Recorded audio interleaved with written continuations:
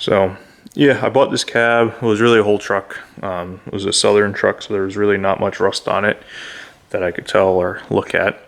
I bought it mostly for the cab because it had the same paint color as what my truck has. Figured I'll do a whole cab swap, not mess around with cutting and welding on the body panels. But as you can see, when I started stripping the cab down, quite a big rust hole here, and it kind of sort of extends underneath this whole box. I think the original issue here was the heater core was leaking, that or something got plugged up in the condenser and the drain line there. I don't think it was anything else other than that. I bought the truck from a guy who bought it from Florida a couple years ago, but I was pretty upset to see it. Try to figure it out how I missed this. When I bought the truck, it was in the weeds, and the exhaust ran right through here, and you can kind of see the heat shield there. But either way, it sucks. I mean, I messed up. I'll try to do a better job looking at these in the future. But talking to some friends of mine, between cutting this out and putting a new floor pan in, you know, the floor pans don't come back all the way. They kind of just come right around this seat mount area. I decided it was less work to cut out the rockers and the cab corners on my truck than it would be to cut everything out of this, try to make it work, and then do the whole cab swap. But I mean, I sort of experimented on this one first, taking the interior out, so I definitely learned quite a bit, and you know, it helped me along the way, because now when I do rebuild the other one, I can kind of see what structures here under this one and to understand how much I have to cut off. But still got definitely some good parts out of this one as well. So yeah, here's the engine. Like I said, 12 valve. Bought it from an older guy. He was kind of the second owner. The story I got was it was kind of like a demo truck from Chrysler, the Dodge dealership. He bought it with somewhere around 90 to 100,000 miles. Super nice guy. I mean, he gave me like a spreadsheet with almost everything that he's done on it for maintenance. The only thing that stuck out to me was the camshaft was replaced by Cummins dealership around 100,000 miles. Not sure why or the issue, but they replaced the cam and all the other, tappets and push rods, things along those lines. So, but yeah, right now sitting around 320,000 miles. It's been a really good truck to me. Never had issues with the engine. The only thing I've started noticing is more oil showing up in the catch can.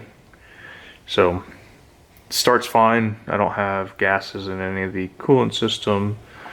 Downshifting gives me pretty good engine braking performance. I do have a Banks engine brake on it from a previous truck I've had.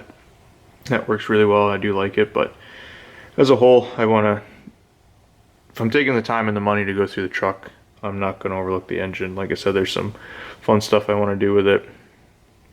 Bigger turbos, maybe some twin turbos. I think my goal would be somewhere around 5 to 500 engine horsepower. Try to keep the drivability, but also, use it to tow when I need to. And so I think my end goal with this engine here is I'm going to pull it out, go through it, do whatever work's needed for it. I have no idea. I have not torn into it, looked at it at all. The last thing I did was adjust the valves on it over a year ago, and there was no issues then. Everything underneath looks pretty clean, so go through it. Like I said, I want to do some fire rings just on the head, try to get a little bit more boost out of it. I do want to put some different turbos on it. Haven't decided if I'm going to do like a super or some type of compound or twin setup, but I want to do all the supporting mods and parts required for that. Different valve springs, tappets, the push rods, upgrade the head gasket, do head studs, all the fun stuff, and then maybe see if I can't find a 215 pump. I did put bigger injectors in this already, and I don't have the fuel plate. Tuned it decently well, doesn't smoke too bad, unless it's really early before the turbo builds much boost. But just try to keep the drivability, keep the smoke low, and just keep it a fun truck overall. So if you're interested in any of this stuff that I've been rambling about, stay tuned, because like I said, I'm going to try to document most everything I do, and we'll see how it goes. So yeah, that's the instruction, and it is November 16th, 2024, and we'll see how long it takes. Like I said, there's no timeline, there's no goals. The only thing I've been doing is starting on the things that are low cost versus high cost. Like I said, I already have the axle that I'm going to swap into this, the new springs, U-bolts, hangers, hardware. I have all that set aside, so that's just labor, my time, nothing crazy. So I'm going to focus on that first, and then as I sell stuff at marketplace, things like that, I'll go and start buying some of the body panels I need, and then probably work my way from back to front. So the last thing I'll do will probably be the engine. So, but yeah, we'll see how it goes. Thanks.